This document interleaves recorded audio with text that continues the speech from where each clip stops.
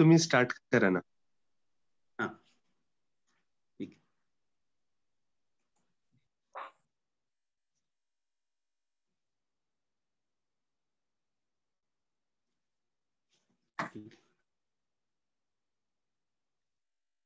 तो हम लोग क्या थे कि जो ये जीआई मोटिलिटी डिसऑर्डर जिसको आजकल कहा जा रहा है,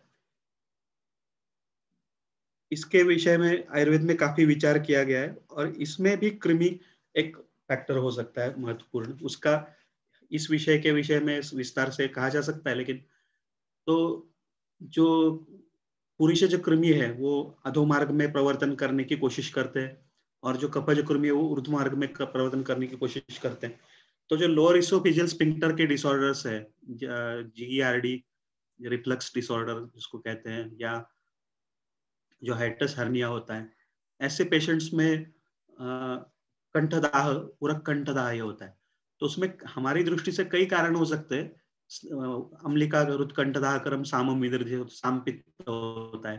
तो लेकिन इसमें एक ये कारण होता है कि कफजकृमि, तो उसमें उनकी दृष्टि से क्या है कि ये जो लोअर इसोफेजियल स्फिंक्टर है वो जब आहार पूरी तरह से अंतर प्रवेश करता है तो ये स्फिंक्टर बंद हो जाता है और इसलिए जो एसिडिक सिक्रीशन है वो ऊपर आ नहीं सकते, इसलिए जलन वगैरह नहीं होती है.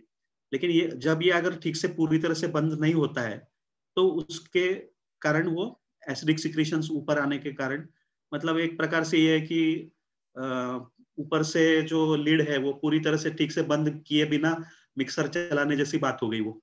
तो जो स्टमक में जो ये हो रहा है चर्निंग, वो ऊपर फेंका जा रहा है उसको, कई बार ऐसा होता है. तो इस प्रकार से हो जाता है. तो उसके और भी कारण होते हैं, लेकिन उसमें एक कई बार ये होता है कि कफज कृमि जो है वो ऊर्ध्व सर्पण करने की कोशिश करते हैं, उनके कारण वो दोषों को ऊर्ध्वगति करा देते हैं और उसके कारण ये होता है. अब कोई ये कहेगा कि हाँ तो ये आपकी तो कल्पना होगी, ऐसा आपने सोच लिया. अरे लेकिन कल्पना से, इस प्रकार से चिकित्सा करने से, जिनको ये लोअर इसोफेजियल स्फिंक्टर को ऑपरेट करने के लिए कहा गया था, ऐसे भी कई रोगी ठीक हो गए, उनको ऑपरेशन करने की जरूरत नहीं पड़ी. और मैं ये पूरी जिम्मेदारी के साथ कह रहा हूँ क्योंकि इसके बाद में मैंने इन रोगियों को लंबे समय से अभी ऑब्जर्व किया है. ऐसे कुछ रोगी है कि जिनको ये हाइटस हार्निया या इस प्रकार के व्याधि थे, वो अब 10-15 साल हो गए इस सिम्टम से मुक्त है पूरी तरह से. तो इसलिए ये बिल्कुल कहा जा सकता है कि वो अभी ठीक है, इतने वर्षों तक वो मुक्त है. तो इसलिए ये कृमियों का विचार करने से इस प्रकार से लाभ मिल सकता है ऐसे व्याधियों में भी. और जो आईबीएस कहा जाता है, इरिटेबल बाउल सिंड्रोम, ऐसे जो रोगी डायग्नोसिस लेकर आते हैं, उनमें भी कई रोगियों में कृमि ये निदान हमारा हो सकता है. कई रोगियों में ऐसा होता है कि ग्रहणी निदान हो सकता है, और भी हो सकता है. ग्रहणी कई बार होता है कि ग्रहणी अब तक पूरी तरह से अभिव्यक्त नहीं हुआ है, उसमें ग्रहणी अवयव का दौर्बल्य है और आगे चलकर ग्रहणी के लक्षण अभिव्यक्त होंगे, ऐसी स्थिति में भी कोई रोगी आते हैं. लेकिन ये उसमें कृमि ये एक महत्वपूर्ण फैक्टर हो सकता है. उसके कारण भी बार बार मल प्रवर्तन होना और पेट में इरिटेशन होना. इसी के साथ साथ जो आजकल जो ये कहते हैं कि लैक्टोज इंटॉलरेंस, जो दूध का पचन नहीं होता, ऐसे भी कई रोगियों में उसके और भी कारण है. जैसे मैंने कहा कि एक ही कारण नहीं है, लेकिन इसमें भी कृमि ये एक कारण होता है इम्पोर्टेंट. तो अभी ये उदावर्तन, ये आयुर्वेद में जो वात की गतियों के बारे में विचार किया गया है, उसमें उदावर्तन का एक स्वतंत्र रूप से विचार किया गया है. और जैसे उदावर्तन के प्रकार भी है और कौन से वेग विधारण के कारण उदावर्तन हो गया है, इस प्रकार की भी बात है. तो वो उदावर्तन के कारण क्या क्या व्याधि उत्पन्न हो सकते हैं, तो चरक चिकित्सा स्थान जो 26वां अध्याय है उसमें एक लिस्ट दी है कि कौन से व्याधियों की उत्पत्ति उदावर्तन के कारण हो सकती है. तो उसमें लगभग 36 व्याधियों को, 36 व्याधियों का एक लिस्ट दिया गया है कि ये उदावर्तन के कारण उत्पन्न हो सकते हैं. तो उनमें मानस विकार भी दिए गए उसमें एक. तो मानस विकारों की कई बार उत्पत्ति उदावर्तन के कारण हो जाती है, ऐसे रोगी हमारे पास आ जाते हैं. और ये उदावर्तन होने के लिए कई बार कृमि कारण होते हैं, क्योंकि कृमियों के कारण पुरुष के प्रवर्तन में बदलाव हो जाते हैं. तो इस प्रकार से ये बात होती है. तो इसलिए इन रोगियों में भी ये हो सकता है. तो ऐसे रोगियों में भी कृमि की चिकित्सा देने के बाद ये ठीक हो जाते हैं, ऐसा पता चलता है. इसलिए इनमें भी कृमियों का विचार करना बहुत आवश्यक होता है.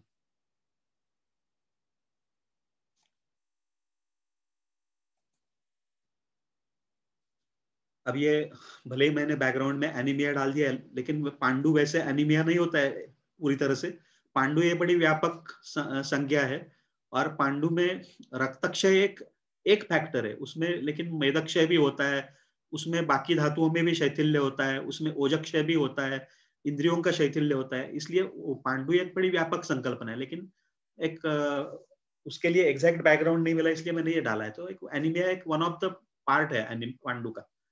तो इसलिए पांडु जो उत्पन्न होता है, तो पांडु में भी रसदुष्टि का कारण कई बार, ये कृमि के कारण पचन ठीक सही नहीं है, इसके कारण रसदुष्टि, और उसके कारण आगे के धातु की उत्पत्ति ठीक नहीं होती है। वैसे ग्रंथों में पांडु को ये बताया गया है कि ग्रहणी की चिकित्सा में उष्ण तीक्ष्ण द्रव्यों का उपयोग करने के कारण जो बढ़ा हुआ पित्त है, उसके कारण बढ़े हुए पित्त के कारण रक्त उत्पादक जो अंश है उसको या तो उत्पन्न नहीं होता, या फिर उत्पन्न होने के बाद उसका क्षपण कर दिया जाता है पित्त के द्वारा, बढ़े हुए उष्ण तीक्ष्ण गुण युक्त पित्त के द्वारा। ऐसा चक्रपाणी टीका में तो उसके विभाग दिए है। व्यवहार में ये पाया जाता है कि जब पचन सही नहीं है, तो इसलिए ग्रहणी के बाद पांडु का इसलिए भी अध्याय दिया है कि ग्रहणी जब दुर्बल है, पचन ठीक नहीं हो रहा है, तो रस धातु की उत्पत्ति ठीक से नहीं होती है, और रस दुष्टि के कारण आगे के धातुओं की उत्पत्ति भी ठीक से नहीं हो पाती है, रक्त मेद इत्यादि, और इसलिए पांडु उत्पन्न हो जाता है। इस प्रकार का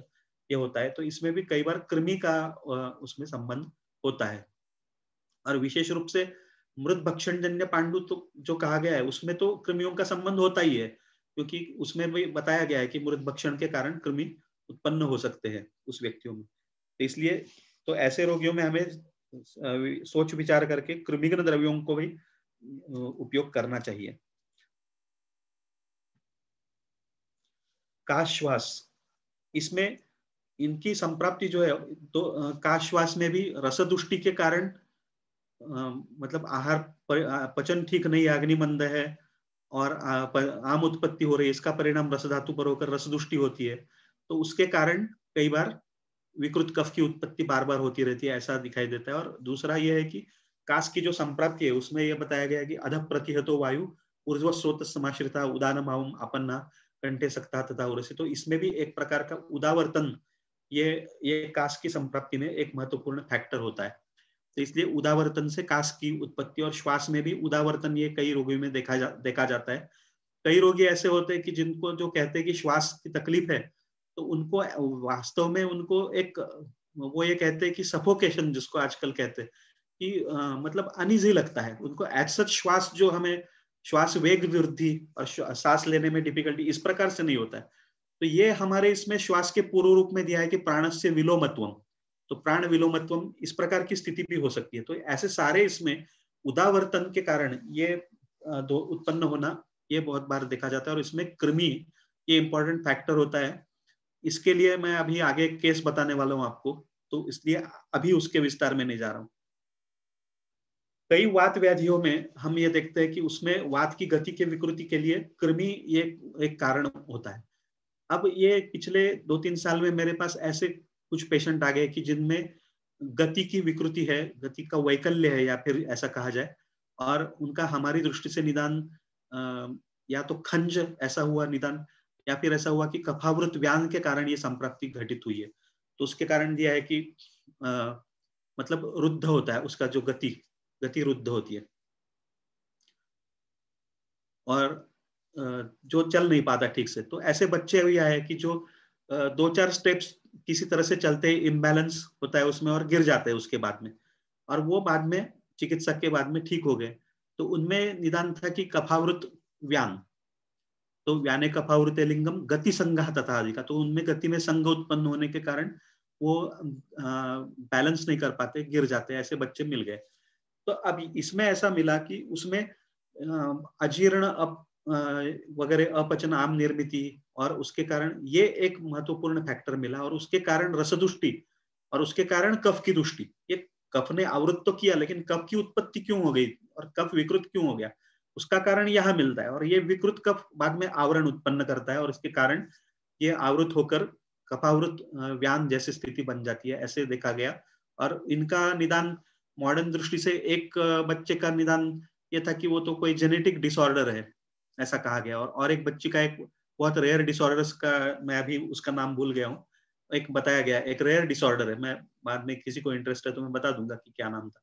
ऐसे बहुत सारे हो गए केसेस की जिसमें तो उन वो लेकिन ठीक हो गए, वो अभी ठीक से चल रहे हैं, वो साइकिल चला रहे हैं, वो दौड़ पा रहे हैं, तो इसलिए वो ठीक हो गए ये कह सकते हैं हम लोग। उनके हमारे पास रिकॉर्ड्स है, उनके वीडियोस भी है उनके कि वो किस तरह से उनमें सुधार आ गया। तो उनमें भी एक कृमि ये इम्पोर्टेंट फैक्टर था। तो हमने फिर क्या किया कि अब जैसा मैंने कहा कि जब हम ये सोचते हैं तो जो उसकी चिकित्सा हम लोग दे रहे हैं उसमें भी जानबूझकर हम लोग कृमिघ्न द्रव्यों का सिलेक्शन, उसका चयन कर लेते हैं। तो जैसे इनको क्या किया कि लशुनादि दिया समान काल में उनके, ताकि पचन भी ठीक हो सके, और लहसुन कृमिघ्न भी है, लहसुन आवरण नाशक भी है, इसलिए सारे फायदे उससे हो जाएंगे। और लहसुन ये स्निग्ध होता है और उत्तम वात शामक भी होता है, तो इसलिए सारे फायदे मिल जाएंगे। इसलिए लहसुनादि वटी को दे दिया समान काल में उसको, तो उसमें अग्नि और धात्वग्नि ठीक हो जाएंगे, और उसलिए जो विकृत कफ की उत्पत्ति नियंत्रित हो जाएगी और वात की गति को ठीक होने में मदद मिलेगी। और उसके साथ साथ फिर कृमि कुठार भी दिया उसको, और उसके साथ साथ फिर उसके बाद में गति वात की ठीक होने के लिए व्यान काल में देना चाहिए। तो हम लोग डिवाइडेड डोसेस में आजकल देते हैं, इसलिए व्यान उदान काल में उनको औषधियां दी गई, नव्य सूत शेखर और दूसरी जो औषधियां हैं, तो उसके बाद में वो उनको ठीक हो गया। तो इसमें भी कृमियों का विचार करना ये आवश्यक हो जाता है, तो इसके कारण ये और ज्यादा जल्दी से ठीक हो गए ये रोगी। तो इस प्रकार से कई वात व्याधियों में भी कृमियों का संबंध हो सकता है। अब ये मैंने अध्यायों के क्रम से इसलिए मैंने इस प्रकार से ये स्लाइड्स लिए। तो आखिर में 30वां अध्याय आता है जिसमें स्त्री रोग के बारे में बात की गई है। तो कई प्रकार के स्त्री रोगों में, रजो विकृतियों में ये हमें कृमि का संबंध भी मिलता है। मुख्य रूप से तो ये है कि जो एक वैद्यराज वेणी माधव शास्त्री जोशी जो थे, उनकी एक केस दी गई है, रजोवृद्धि अत्यार्तव करके, एक निवडक रुग्ण चिकित्सा करके एक पुस्तक पब्लिश किया गया है नासिक से, आयुर्वेद सेवा संघ द्वारा, बहुत पुराना बुक है। तो उसमें एक केस दी गई है, उस केस को आप लोग पढ़ेंगे तो आप लोग काफी प्रभावित हो जाएंगे कि कैसे उन्होंने विचार किया। तो उन्होंने ये आयुर्वेदिक डिफरेंशियल डायग्नोसिस किया कि पित्तावृत अपान क्यों नहीं, पित्तज योनि व्यापत क्यों नहीं, उसके लक्षण देकर उसका विवेचन किया उन्होंने। और उन्होंने ये तय किया कि ये रस धात्वग्नि मांद्य के कारण विकृत रजो वृद्धि हो गई है, और इसके कारण ये अत्यार्थ उत्पन्न हो गया है, और इसके लिए उसका उस प्रकार से उसकी चिकित्सा करना आवश्यक है, ऐसा उन्होंने दे दिया। और इसलिए उन्होंने क्या किया, वो तो मतलब एक महान वैद्य थे, उन्होंने क्या किया कि सिर्फ इंद्रिय जो रस धात्वग्नि दीपन करने वाला है वो दिया। और उन्होंने कहा, उन्होंने ऐसा लिखा है कि इंद्रिय लेकर वो जो लड़की थी उसका 1 साल से रुका नहीं था रजब प्रवर्तन, वो ये दवाई लेकर बाहर गांव चली गई, इसलिए मैं और सूक्ष्म विचार नहीं कर सका। तो हम लोगों को बड़ी मतलब पढ़ते समय मुझे शर्म आ गई कि हमें तो अब तक लग रहा था कि यही सूक्ष्म विचार है और उन्होंने ये लिखा कि इससे सूक्ष्म विचार हम लोग कर नहीं पाए। तो जितना भी उन्होंने विचार किया उनको तो सूक्ष्म नहीं लगा, लेकिन उसके कारण उन्होंने लिखा कि 1 हफ्ते के बाद उस लड़की का पत्र आया कि सारे लक्षण ठीक है और रजब प्रवर्तन बंद हो चुका है 3-4 दिन में। तो इसलिए रजोवृद्धि रस धात्वग्नि मांद्य के कारण होना इस प्रकार से बहुत से स्त्रियों में मिलता है, और इसको गाइडलाइन मानकर हमारे क्लिनिक में भी हमने कई स्त्रियों को इस प्रकार से चिकित्सा दी है। तो उनको लघु मालिनी वसंत या रसपाचक या इस प्रकार के औषधि देने से ही उनके सारे वो प्रॉब्लम ठीक हो जाते हैं, उनको स्तंभन करने की भी जरूरत नहीं पड़ती, कई बार वो अपने आप ही बंद हो जाता है रजब प्रवर्तन। तो ऐसा मिलता है। तो एक ऐसी रुग्ण आई मेरे पास, उसके तो बहुत सारे प्रॉब्लम्स है कि जैसे उसको मतलब शुगर का, ब्लड प्रेशर का, थायराइड है, रीनल स्टोन्स है, बाद में गॉल ब्लैडर मतलब लीवर में पॉलिप्स है, गॉल स्टोन्स है, और उसके साथ साथ फाइब्रॉइड है, और उसके साथ साथ काश श्वास प्रतिष्ठा है, ये भी है, और बहुत सारे प्रॉब्लम्स। वो दूर से मेरे पास आई थी, मतलब 120 किलोमीटर से। तो वो उसको लगातार शुष्क काश, मतलब वो ये सब हिस्ट्री बताते समय भी ठीक से बोल नहीं पा रही थी, इतनी खांसी आ रही थी उसको। और उसके साथ साथ उनका ये प्रॉब्लम था कि उनको रजब प्रवर्तन जब शुरू हो जाता है तो 1 महीना 1.5 महीना जब तक वो बहुत सारी आधुनिक दवाइयां नहीं खा लेती है तब तक वो बंद नहीं होता है। लेकिन मुझे ये पूरा विश्वास हो गया कि इनमें ये अग्निमांद्य अजीर्ण, इसके कारण रसतुष्टि, और इसके कारण ये रजोवृद्धि, और अग्निमांद्य अजीर्ण लगातार बने रहने के कारण कृमियों की उत्पत्ति, उसके कारण उदावर्तन और काश्वास, ये सारी संप्राप्ति इसमें है। और इसलिए इनको ऐसी दवाई देनी चाहिए। तो उनको क्या क्या हमने दिया, तो पिप्पली, वासा, हरिद्रा, कंटक, कर्कट श्रृंगी, रसमाणिक्य वगैरह प्रातःसायम में दिया, और अपान काल में त्रिफला, रक्तपाचक, सज्जिक क्षार, क्षार दिया, देख लीजिए, ऐसा सब दे दिया। और कृमिकुठार के साथ कंपिल्लक भी दे दिया। अब जिन स्त्रियों को ज्यादा रजब प्रवर्तन होता है उनको कंपिल्लक नहीं देना चाहिए, ऐसा अनुभव आता है कि उनको और ज्यादा होने लगता है। ये सब देकर मैंने उनको भेज दिया 120 किलोमीटर। तो वो ऐसा भी हो सकता था कि वहां से वो बाद में चिल्लाएंगी कि भाई आपने दे दिया, मेरा ज्यादा रजब प्रवर्तन होने लगा, ये क्या कर दिया आपने। लेकिन ये दवाई शुरू करने के बाद उनकी खांसी तो तुरंत ही कम हो गई और उनको काफी सारे लक्षणों में आराम मिल गया। इसके बाद 5वें दिन उनको, मतलब 5 दिन दवाई खाने के बाद उनको रजब प्रवर्तन शुरू हो गया। और वो रजब प्रवर्तन जो एक एक 1.5 महीना रुकता नहीं था, ये सिर्फ ये ऐसी दवाइयां लेकर, सज्जिक क्षार, कंपिल्लक, ये सारी दवाइयां लेकर उनका 5 दिन रजब प्रवर्तन होकर अपने आप बंद हो गया। तो संप्राप्ति को समझना और उस प्रकार की चिकित्सा करना कितना महत्वपूर्ण है, हमें इससे समझ में आ सकता है। तो इसमें कृमि कुठार ये एक महत्वपूर्ण दिया हुआ था और कृमि का विचार भी किया गया था। तो इसलिए रजब प्रवर्तन के संबंधित इसमें, और ऐसी कई स्त्रियों ने बताया कि ये आपकी दवाई देने से तुरंत ये नियंत्रित हो गया रजब प्रवर्तन, या बंद हो गया। और खास करके वो रात को आप एक कोई चॉकलेटी पाउडर देते हैं ना, वो जब लेते हैं तो रजब प्रवर्तन बहुत जल्दी से कम हो जाता है बाकी दवाइयों से। और वो क्या है, वो कृमि कुठार था। तो इस प्रकार से सीधा उसका संबंध मिल जाता है। अब हम 2 केसेस देखेंगे और फिर हम लोग रुकेंगे। तो एक ये केस है कि जो एक 2016 में एक 29 साल का इंजीनियर जो मुंबई में रहता है, वैसे मूल रूप से उसकी फैमिली गोवा से थी, लेकिन अब कुछ पीढ़ियों से वो मुंबई में रह रहे हैं। तो उसको लगभग जन्म से ही बार बार प्रतिष्ठा और कास होना ये था। कभी कभी इतनी खांसी आती थी कि उसके साथ साथ सरक्त कफटीवन हो जाता था। और विशेष रूप से 3-4 महीने से उसको ज्यादा ये तकलीफ हो रही थी। और पिछले हफ्ते से तो लगातार खांसी उसकी चल रही है, बिल्कुल रुक नहीं रही है, ऐसा था जब हमने उसको देखा। उसके लक्षणों में था कि बहुत बहुत सूखी खांसी आने के बाद, बहुत देर तक खांसने के बाद फिर बहुत मुश्किल से बहुत थोड़ा सा कफ बाहर निकलता था, और कई बार उसके साथ साथ रक्त निकलता था। कंठे शुक पूर्ण, गले में खिचखिच, मतलब कुछ चुभ रहा है ऐसा लगता था। और उसके बाद में खांसी आना शुरू हो जाता था। सोने के बाद खांसी बढ़ जाती थी और उठकर बैठने से थोड़ा सा कम हो जाती थी। ज्यादा भूख लगती है, ऐसा है। स्वेद प्रवृत्ति, अति प्रवृत्ति और दुर्गंधित, और निद्रा अल्प, क्योंकि वैसे भी खांसी के कारण उसको नींद नहीं आ रही थी। उसका परीक्षण जो किया उसमें नाड़ी उदान की मिली। उसमें जिह्वा में पीताभ भस्मवर्ण उपलेप, मतलब उसमें लगातार लंबे समय से अजीर्ण हो रहा है और सामदोष लंबे समय से बैठे हुए शरीर में, ये उससे पता चलता है। और पित्त का भी उसमें अनुबंध है, ऐसा पता चलता है। और व्यत्यास अल्टरनेटली पैटर्न मिलता है कि जो उपलेप है उसके बीच बीच में लक्षण पैचेस मिल जाते हैं। तो ये ग्रहणी दुर्बलता का लक्षण है, लेकिन ये कृमियों में भी, कृमियों के कारण ग्रहणी दुर्बलता है तब भी मिलता है। तो इस प्रकार का ये मिलता है। गंडाक्षिकूट शोथ, इससे सूचित होता है कि लगातार अजीर्ण होकर रसदुष्टि, और उसके बाद में मांस की भी दुष्टि कभी कभी हो जाती है, ऐसा होता है। गलशुंडी का लंबन और शोथ युविला में। उदर में विशेषता वाम कुक्षी वंक्षण में आत्माध्वनि।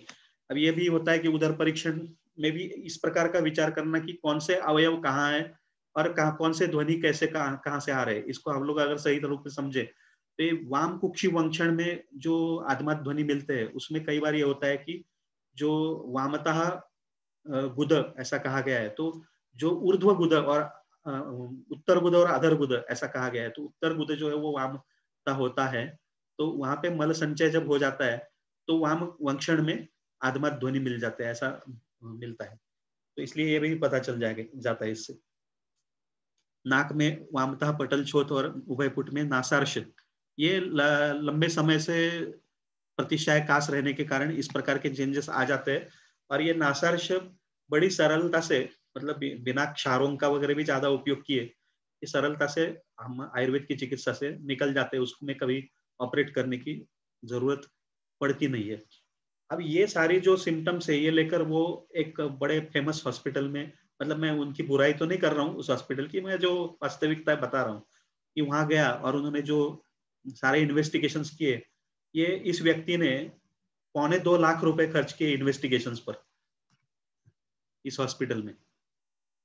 तो उनका ये कहना था कि ये रिएक्टिव हाइपर इओसिनोफिलिया, ये उनका निदान हुआ ये सारे इन्वेस्टिगेशंस करने के बाद, जैसा आप स्क्रीन पर देख सकते हैं। अब निदान तो हो गया लेकिन उसका फायदा उपशय तो कोई नहीं मिल रहा है उसको, तो इसलिए लगातार ये चल रहा था। और उसका अब ये हो गया कि उसकी शादी होने वाली थी, तो वो इसलिए वो उन्होंने गोवा में आया था, तो उसके रिलेटिव ने बताया कि भाई इनको दिखाओ शायद ये कुछ कर सके। देखा तो हमने देखा कि ये कृमि के कारण, उदावर्तन और कृमि इसके कारण ये शुष्क कास है। इस प्रकार के उदावर्तन और कृमि के कारण शुष्क कास, इस प्रकार के 4,500 से ज्यादा रोगी ये पिछले 10-12 साल में हो गए हमारे पास नए रोगी। जो रोगी फिर से वापस आ गए, ये बंद हो गया, फिर से कभी होने लगा आगे, उनको नहीं काउंट किया। तो ऐसे रोगी आ गए, तो इसलिए ये भी उसमें से एक था। ये सारे उसके इन्वेस्टिगेशन और ये, लेकिन तात्पर्य क्या था कि उसको वो इओसिनोफिलिया ऐसा करके उन्होंने छोड़ दिया, लेकिन ट्रीटमेंट से फायदा नहीं हुआ था उसको। तो इसको ये चिकित्सा दे दी हमने कि 90वें सूचशेखर के साथ। ये सूचशेखर ये इसके फलश्रुति में दिया है कि कास में इसका उपयोग होता है, और ये कास में हमारा एक प्रधान कल्प है, तो उसके कारण उदावर्तन भी कम हो जाता है। और ये सूचशेखर उसके बारे में हम लोग उपयोग करते हैं। पिप्पली, इसमें आप देखिए कि इसमें कासघन द्रव्य है, लेकिन उसमें शुष्क कास में उपयोगी होने वाले उसमें, लेकिन सारे कृमिघ्न होने चाहिए, ये नियम रखा है इसमें। यष्टि मधु नहीं दिया है, देखिए आप, जो कृमियों को मदद कर सके ऐसा कोई द्रव्य इसमें आपको नहीं मिलेगा, ये ध्यान रखा गया है खास करके। उल्टा इसमें कर्पूर मिलाया गया है जो कृमिघ्न होता है, और समान काल में समान की गति को नियमित करने के लिए, पचन ठीक करने के लिए त्रिफला कपर्दिक रक्तपाचक घमासा स्वज्जिक क्षार ये दिया गया है। और कालमेघ सिरप उसके साथ दिया गया है, जो कालमेघ अभी हमने बात की। और कृमि कुठार कम्पिल्लक रात में कृमियों का बल बढ़ जाता है, इसलिए रात में ये कृमि कुठार कम्पिल्लक हम लोग देते हैं।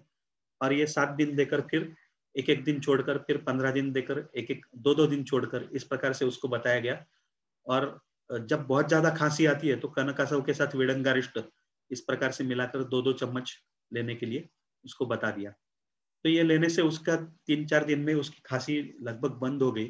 वो एक उसने फिर से कांटेक्ट किया, तो बाकी सभी औषधियों के साथ उसको, अब लंबे समय से जब कास बना रहता है तो उसके कारण बड़ा धातुक्षय होता है, और ये ग्रंथों में कहा गया है कि उससे आगे राजक्ष्मा तक हो सकता है, इसलिए बल की रक्षा करना जरूरी होता है। और बल जब बढ़ाया जाता है तब ये पूरी तरह से ठीक होता है रोगी, इसलिए उसके बाद में उसमें लक्ष्मी विलास हमने मिला दिया और बाकी चिकित्सा वैसे ही कंटिन्यू कर दी। वो रोगी पूरी तरह से ठीक हो गया अब तक भी उसको बाद में, तो 2-3 दिन के दिन में लक्षण कम हो गए, खांसी बंद हो गई और अन्य कष्ट भी कम हो गए। और आगे हमने मई 2016 तक उसको ये दवाइयाँ दी, पूर्ण लक्षण उपशम हो गए। उनके रिलेटिव्स हमारे कांटेक्ट में है, इसलिए उनसे पता चला कि उसके बाद में भी उसको इस प्रकार की तकलीफ नहीं हुई। तो ये जो विचार है इसको समझना कितना आवश्यक है, आप समझ सकते हैं कि ये इतनी सारी चिकित्सा करने के बाद भी हमारी ये दवाइयों से तुरंत विचार योग्य होने के कारण उपशय मिला। अब और एक केस में बताता हूँ, फिर हम लोग रुकेंगे। कि एक लेडी पेशेंट जो आ गई थी, तो उसमें जो प्रधान लक्षण थे, सर्वांग कंप 2.5 साल से, और गत सप्ताह से तो बहुत ज्यादा था। विशेषतः हाथ कांपते थे उसके, मतलब कपड़े नहीं पहन सकती है, खाना नहीं खा सकती है, वो गिर जाएगा, इस प्रकार से सब सारा था।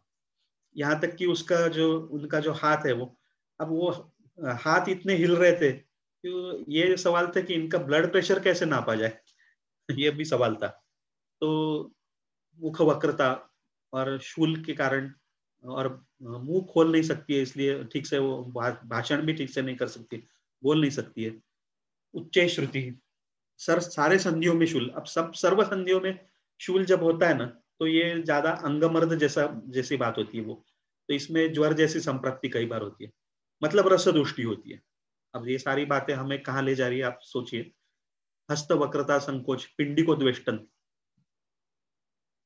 तीव्र असह्य मन्याशूल, विशेषता प्राता, नेत्र गौरव, मज्जा आ गया एक इसमें, रुद्रव, पांडु जैसे इसमें होता है, रसक्षय में भी होता है, तो रस के संबंधित आ गया। वारंवार ज्वर प्रतीति, तो रसदुष्टि में ये मिलता है, तो ये रसदुष्टि।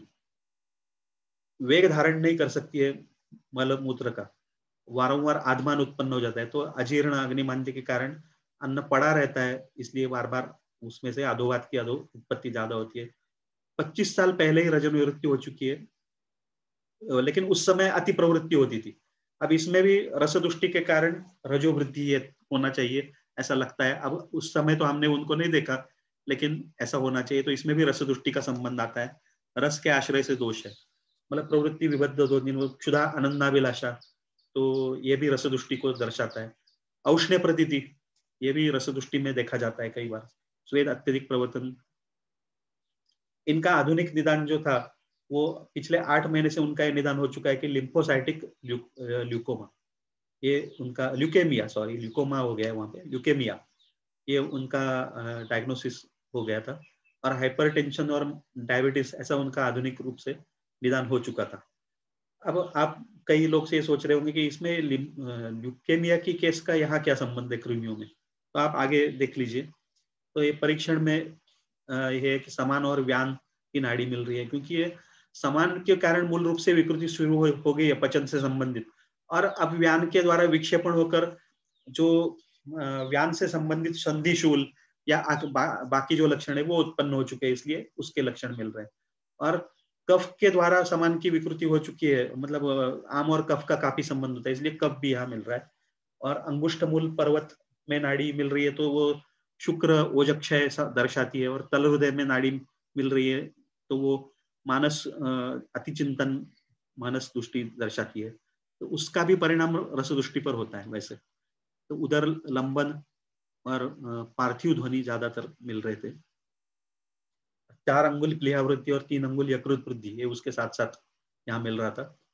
और जिह्वा कंप, जिह्वा में भी और कंप वेग था, इसलिए जिह्वा में संवृत्तास्य था, वो मुंह खोल नहीं पा रही थी, इसलिए उनका जिह्वा का परीक्षण नहीं हो सका। और गंड कपोल शोथ था। नासा संवृत्त, ये नासार्श के कारण पथरुद्ध था और दक्षिण पुट में शोथ था। नेत्र में पांडुत्व, तो जो रसदुष्टि के कारण पांडुत्व है, एक ओर से विकृत रस की उत्पत्ति हो रही है, एक ओर से प्राकृत रस की उत्पत्ति नहीं हो रही, और आगे के धातुओं की ठीक से उत्पत्ति नहीं हो रही है। अंग शक्ति, चिंतन और मनोदैन्य के पश्चात विशेषता कंप ज्यादा बढ़ जाता है, ऐसा पता चला। अब एक विशेष बात ये पता चली कि उनको जब लिटाया और परीक्षण किया उनका, तो उनका हाथ कांप रहा था। तब दोनों हाथ कांप रहे, तो उनका अभी ये कैसे परीक्षण किया जाए ब्लड प्रेशर, तो उनको मैंने कहा कि ये थोड़ा सा ब्लड प्रेशर देख लेता हूँ मैं, थोड़ा रुकिए आप। तो उनका हाथ हिलना कम हो गया तो ये पता चला कि इसका मानसिक भी होता है। ऐसा कई रोगियों में होता है जिनका मॉडर्न डायग्नोसिस पार्किंसोनिज्म हो चुका है, इनका भी हो चुका था। तो उसमें ऐसा कई बार मिलता है कि जो सब वो ज्यादा सोचते हैं तो ज्यादा हाथ हिलने लगता है, तो ऐसा होता है। तो अब इनको चिकित्सा उनके बाकी इसके अनुसार हिरक और गोदंती और रसदुष्टि को दूर करने के लिए लघु मालिनी वसंत, यशद, वंग, कुक्कुट नखी,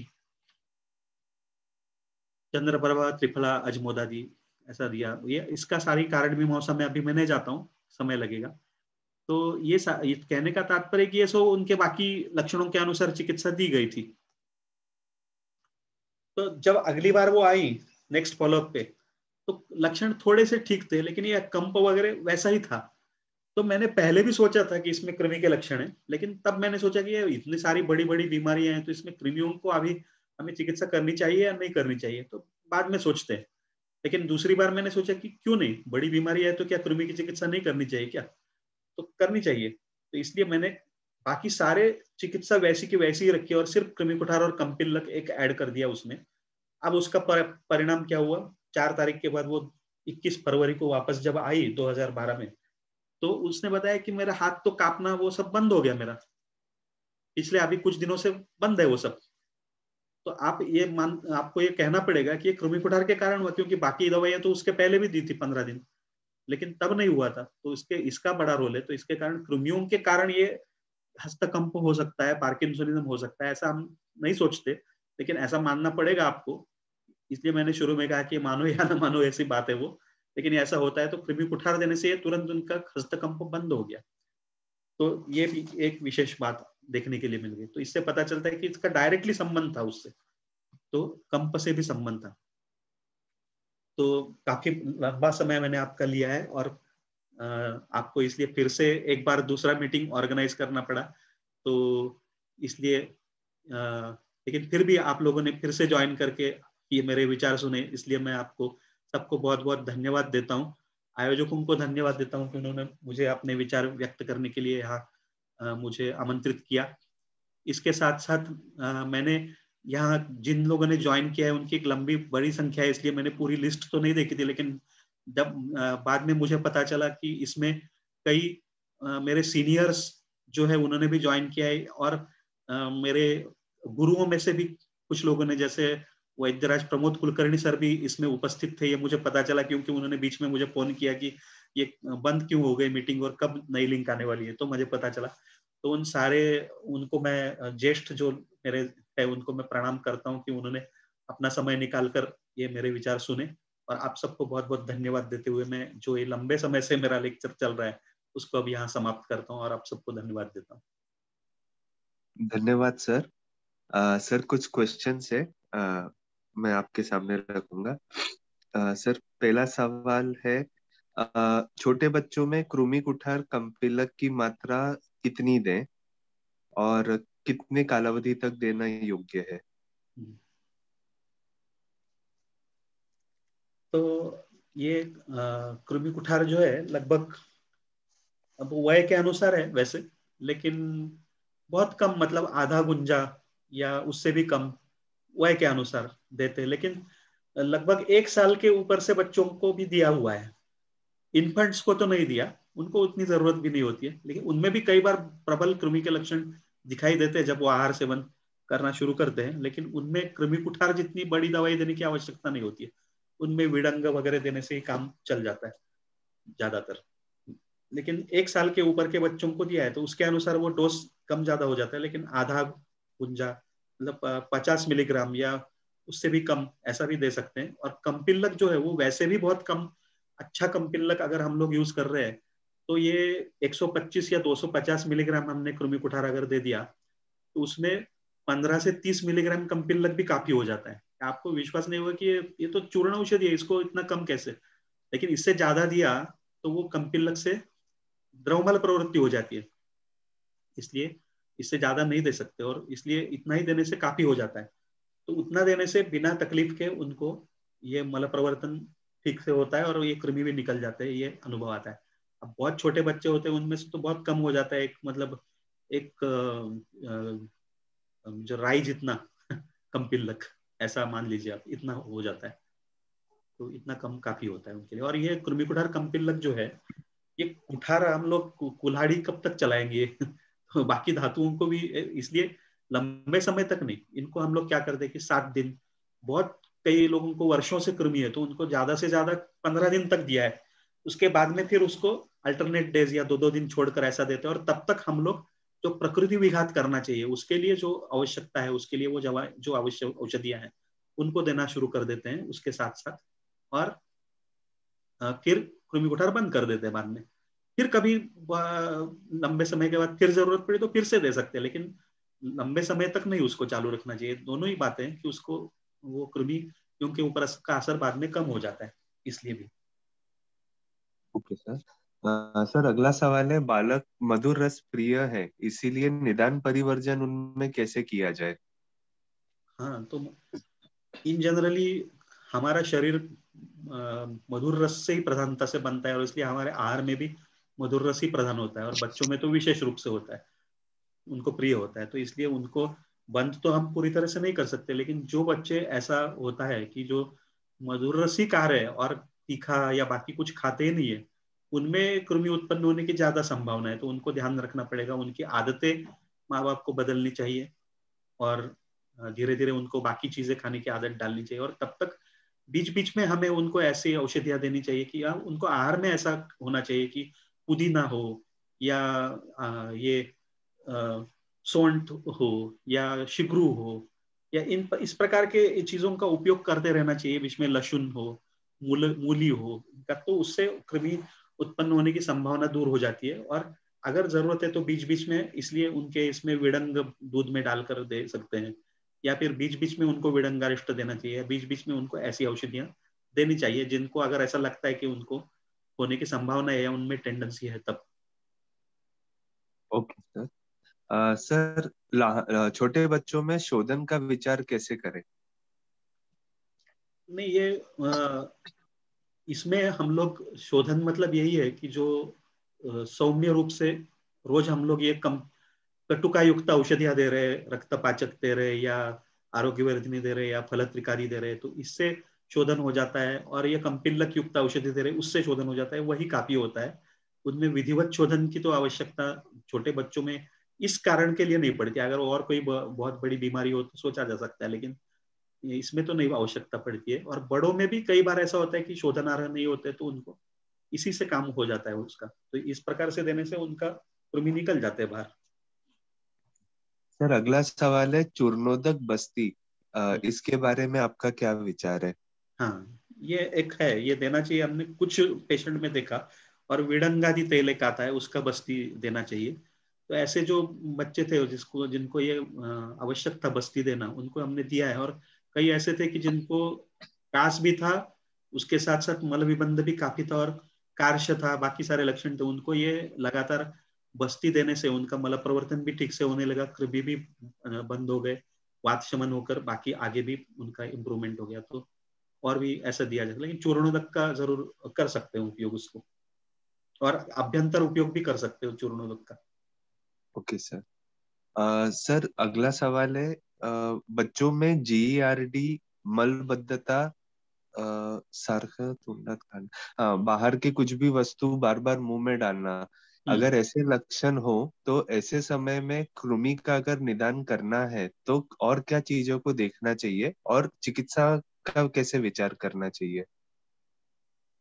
तो वही मतलब परीक्षण में भी हमें मिलता है ना, जिह्वा पर उपलेप, आधमान नाड़ी में सामता, इस प्रकार के लक्षण मिलते हैं। और अभी जैसे मैंने बताया कि मल प्रवृत्ति के पैटर्न बदल जाते हैं, बार बार ज्यादा बार जा रहा है दिन में, या दुर्गंधित अधोवात प्रवृत्ति है, वैवरण्य है कहीं, इस प्रकार के लक्षण, भूख जरूरत से ज्यादा ही खा रहा है कुछ, और ऐसी चीजों के बारे में क्रेव उत्पन्न हो रहा है कि तली हुई चीजें, चिप्स वगैरह, इसके बारे में क्रेव, ऐसा कभी कभार खाना ठीक है, बच्चों को हम समझ सकते हैं, लेकिन क्रेव जब उत्पन्न हो जाता है तो इससे पता चलता है कि ये कृमि का उसमें संबंध है विशेष रूप से।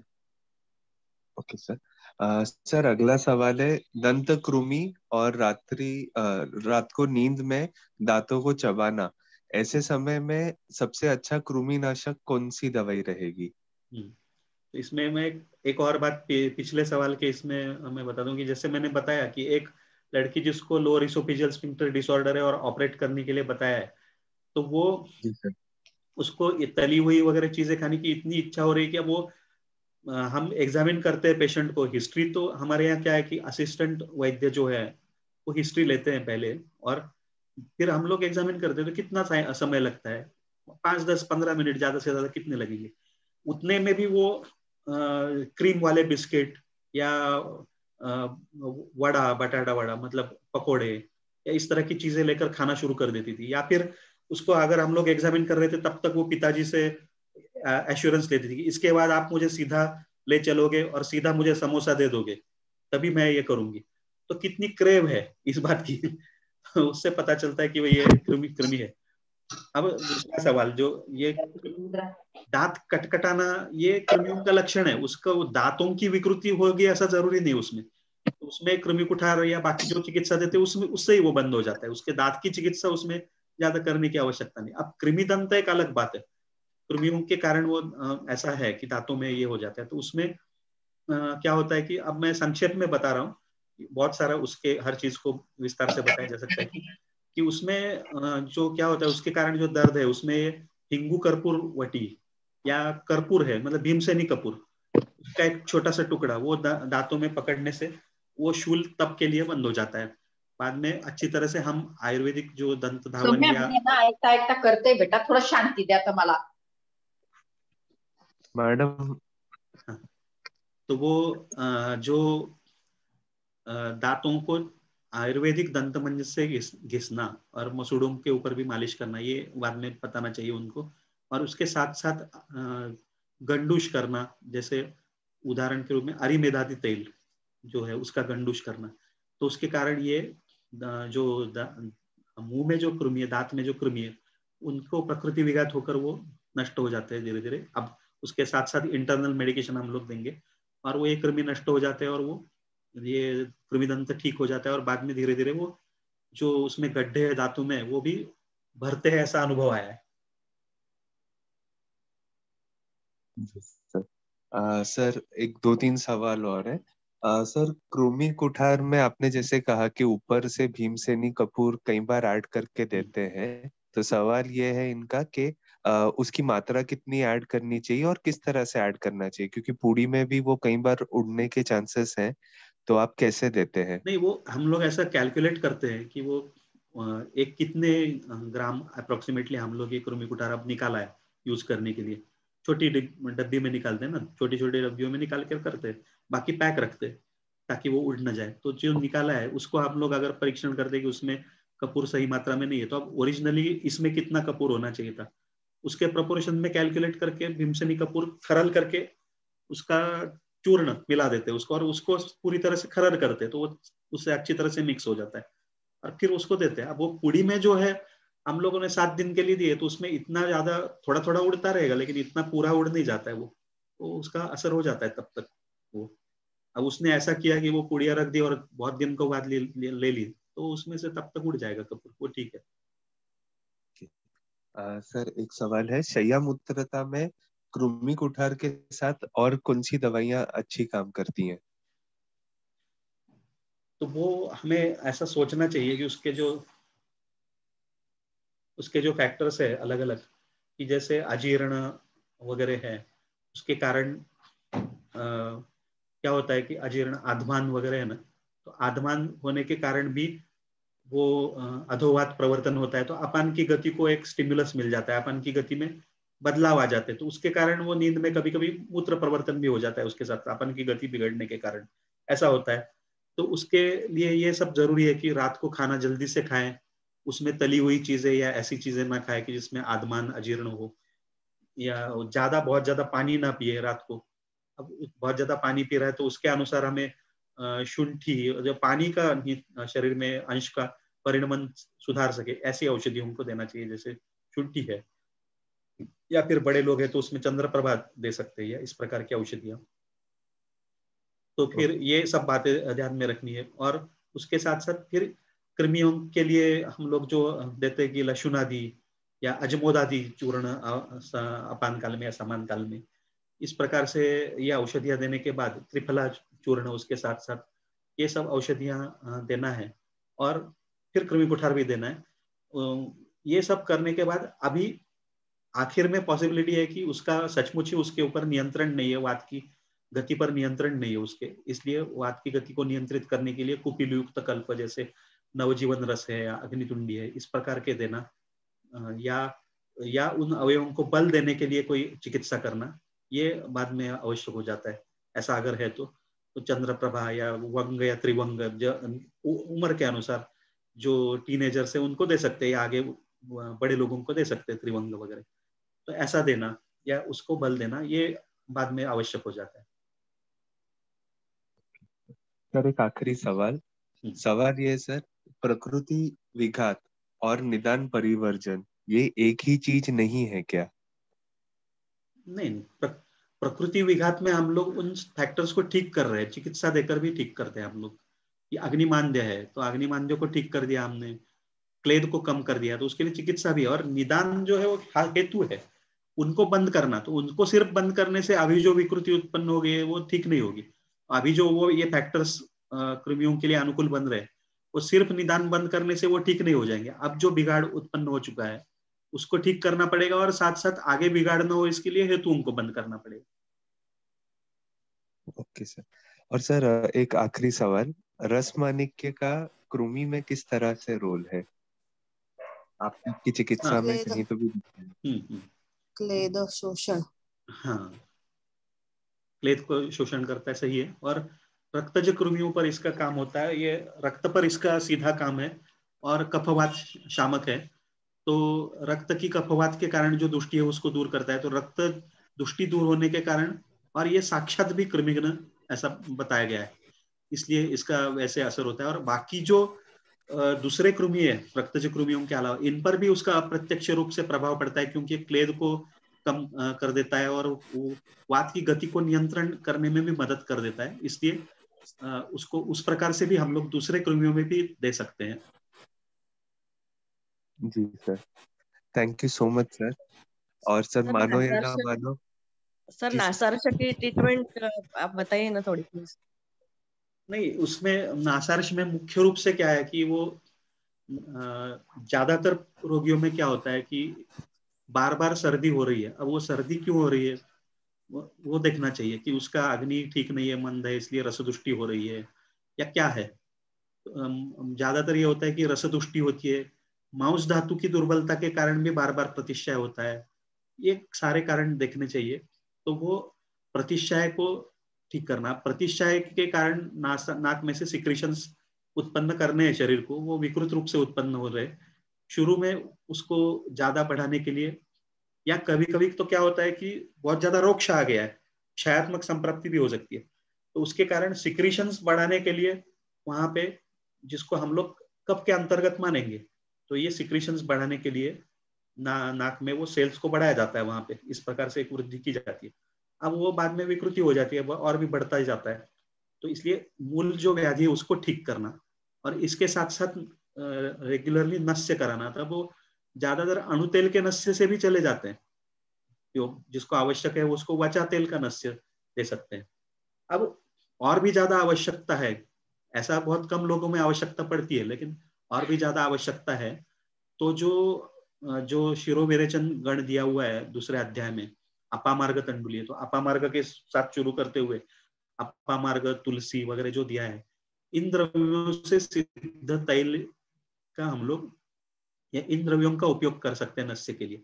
इनका उपयोग करने के बाद जो बड़े बड़े नासारश है वो भी चले जाते हैं। मेरे पास जो एक ऐसा पेशेंट आया था कि जिसके एक दोनों साइड में 4-4, 5-5 या उससे ज्यादा नासारश, मतलब एक जो इसका ग्रेप्स का जो गुच्छा होता है उसके तरह से वो नासारश थे। तो मैंने कहा इतने सारे तो दवाई से ठीक नहीं होंगे, तो आप ऑपरेशन करा लीजिए। तो बोले नहीं, मुझे 2 बार हार्ट अटैक आ चुका है, तो डॉक्टर्स ने कहा कि ऑपरेशन जहां तक हो सके नहीं करेंगे। तो उनको फिर हमने ये इस प्रकार का नस्य दिया, तो उनके ये नासारश इनके भी चले गए, इतने सारे नासारश बड़े बड़े वो भी चले गए। धन्यवाद सर। सर मानिए ना मानिए, आपका 3 घंटे का मैराथन लेक्चर हो गया। एंड सच कहे सर तो लोग कहते हैं कि स्पेशलाइजेशन की दुनिया है, और ये है आज का ये लेक्चर एक स्पेशलाइजेशन की तरह ही है। एक रूमी इस एक छोटे से विषय को जिस सरलता से और जिस डेप्थ से आपने समझाया है, हम सभी आपके बहुत आभारी हैं सर। पर्सनली सर, जब मैंने आपसे ये पहली बार ये कंसेप्ट सुनी थी, उसके बाद से मेरी मेरी प्रैक्टिस में भी उसका काफी यूज देखा है मैंने। और उसी के लिए आपने आज ये सभी लोगों के आगे ये प्रस्तुत किया है, जिसके कारण शायद लोगों की चिकित्सा करने की पद्धति में और सुधार हो और स्पेसिफिक हो, एंड अच्छे से हम रुग्ण की सेवा कर सके। एंड सर धन्यवाद आपका, आपने इतना अच्छा लेक्चर दिया एंड हम सभी को प्रेरित किया। जाते जाते सर मैं बिना आपकी परमिशन लोगों से एक आपकी चीज शेयर करना चाहूंगा। सर आज भी कुछ भी हो जाए, रोज पढ़ाई किए बगैर सर सोते नहीं है सर, अध्ययन के बगैर सर का दिन नहीं जाता है। और ये एक चीज है जो हम सभी ने सर से सीखनी चाहिए। जिस सरलता से सर ने इतना डेप्थ आपको समझाया है, उसके पीछे जो मेहनत है, मैं वो बताने की कोशिश कर रहा हूँ कि आपने जो 3 घंटे में सुना है, वो सर के कितने सालों की साधना है।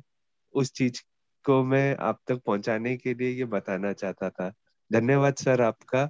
आपने ये आपका बहुत मूल्यवान समय भी दिया और हमें बहुत ज्ञान भी दिया sir. Thank you so much sir.